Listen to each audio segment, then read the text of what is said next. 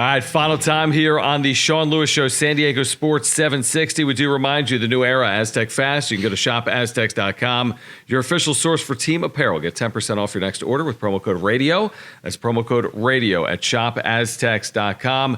Utah State, we touched on this briefly earlier, Coach, but 55 points against Hawaii, forcing all the turnovers, putting it together on offense, complimentary. The run game really good. The pass game has been very good. You've mentioned the fact that they've won 2 of 3. What are you seeing from Utah State right now? I mean, they're explosive, right? They do a really good job of spreading you out offensively. Really, really tough runner with their running back, I think by way of Pennsylvania, right? I mean, so you know the toughness that comes out of PA, but he's got great contact balance. And then, it's funny, like, when, again, all the changeover, where we are in collegiate athletics. I know we said that 100,000 times each and every single week when we're on the show, but like I had to chuckle and laugh to myself when I saw, we got to the league and you're at media days and who's representing who. And I see, all right, Spencer Petras is the starting quarterback for Utah State. I mean, shoot, when I was the offensive coordinator, quarterback coach at Syracuse, I home visited him and his family way back in the day, right? And that was 2017. So here we are 7 years later, right? And he's still doing his thing. He's got a big old arm, can touch the whole field and has a ton of game experience. So when you got a guy with his experience who's done it at a high level, with all the reps that he had when he was at Iowa, and now obviously operating out of a different system, but feeling very comfortable with it and able to sit back and distribute. I mean, they're a dangerous offense that can hurt you in a lot of different ways, both run and pass. Yeah. How would you describe this offense overall? Because you've played against a variety of different offenses this season.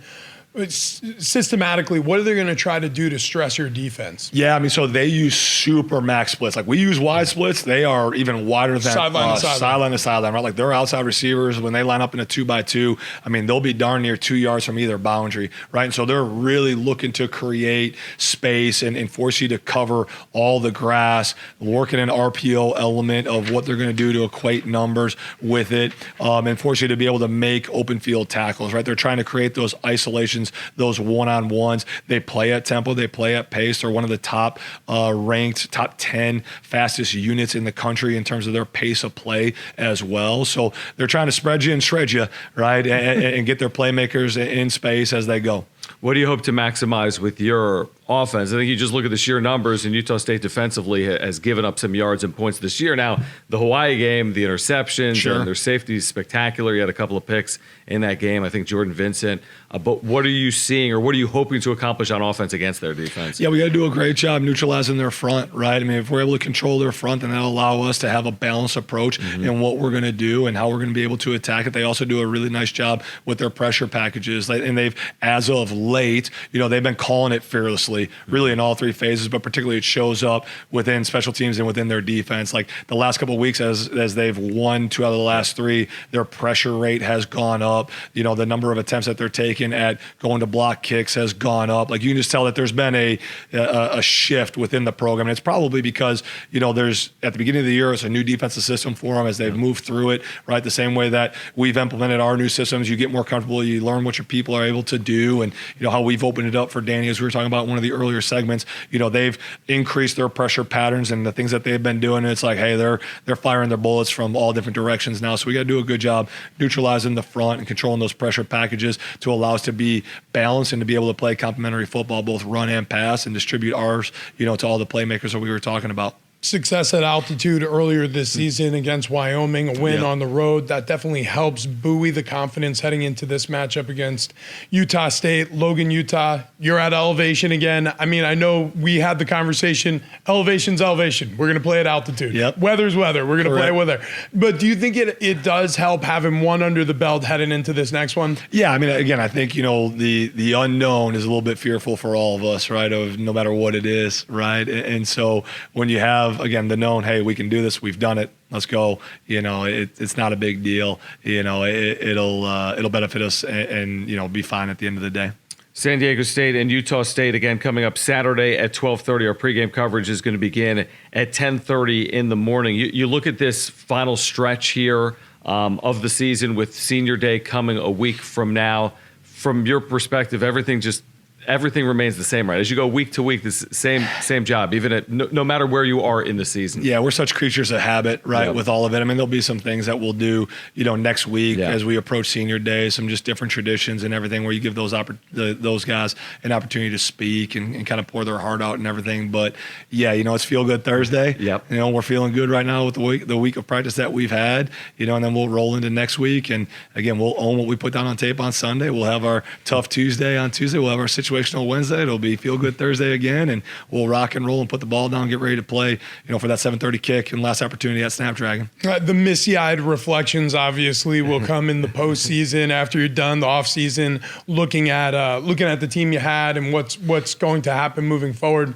But do you find yourself at the end of football seasons, as things are starting to wrap up, you can almost see the end line, like feeling like you're not done yet, right? Like you wish there was more time with this group because you'll never stop seeing potential in your guys as a coach. Yeah, for sure, right? Like you're always wanting to chase that improvement. You always want to chase the development of the guys, right? And, again, like you catch yourself. You have these moments, right, where it's like, all right, hey, we got one more Tuesday left. We got one more Wednesday left, right? And, it's one of those things that, again, you always want to create the extra time, right? And got to do a better job of, again, having that sense of urgency throughout the whole course of the year so that as we sit here a year from now, not only are we talking about, hey, a bowl game, but, a championship opportunity that's still out in front of us, right? So that we know that we've generated that time the right way by all the work that we've done going all the way back in January, right? But there's not going to be a whole lot of time to reflect because this thing's going to end and we're going to roll right into, again, the opportunity that we have to put the 2025 team together.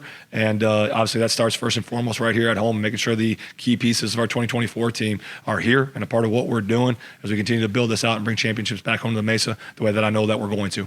Behind the scenes, fans see win-loss, they see results, they see plays.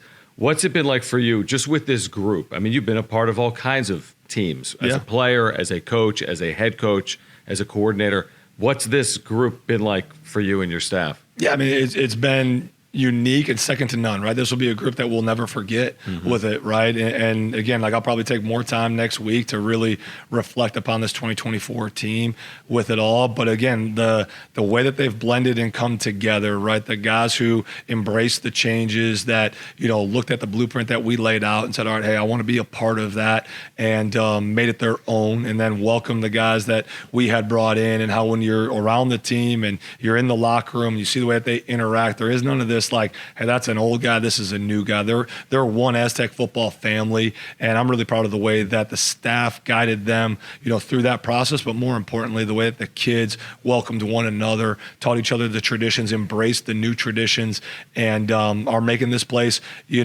still uniquely special and honoring the past, but putting our own unique personal style, on our brand of football and what we're doing. I feel like next week or in the weeks that come, when we sit down and talk to you the next time, we're going to be so focused on what's next for the program. I do want to do a quick retrospective. If you could change one thing that you did this season, and if you could highlight a major success you didn't see coming this season, how would you answer those two? It's a great question. Man,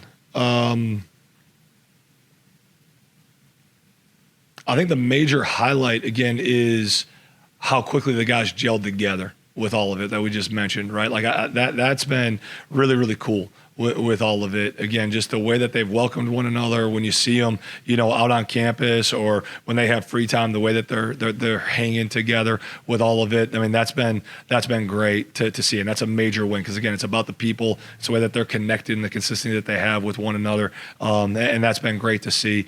If there's something that I guess I would have changed as we've gone through it all and everything, again, just I feel like leading to get the max capability out of these guys, just figuring out their personalities a little bit better sooner, right? To get how the message could be delivered quicker, to take heart so that there could be that greater sense of urgency of how fast and how fleeting all this is going to go so we could really maximize and create that extra time. So that's something that, my Jiminy Crickets that keep me up at night, like how do we how do we miss the mark, right? And make sure that, again, the messaging and the cultural standards are, again, in lockstep and that are right on cue of where they need to be so that we can go get these great moments that we know are hanging out there in the future and that we're trained and we're ready for them. It's like they always say with kids, it's like the days are long, but the years are short. It's amazing how quickly a season goes despite the amount of work that goes into that particular season. Sean, we've enjoyed it. We're looking forward to a Saturday in Logan. Bring a coat. It won't be crazy cold, but it will be Logan, Utah on a Saturday. Great football weather. Yeah. Let's It's going to go. be great football weather. Remember, weather is weather. Weather is just weather. Yeah, but not to me, the radio guy. But it will be good. It'll be good in Logan, Utah.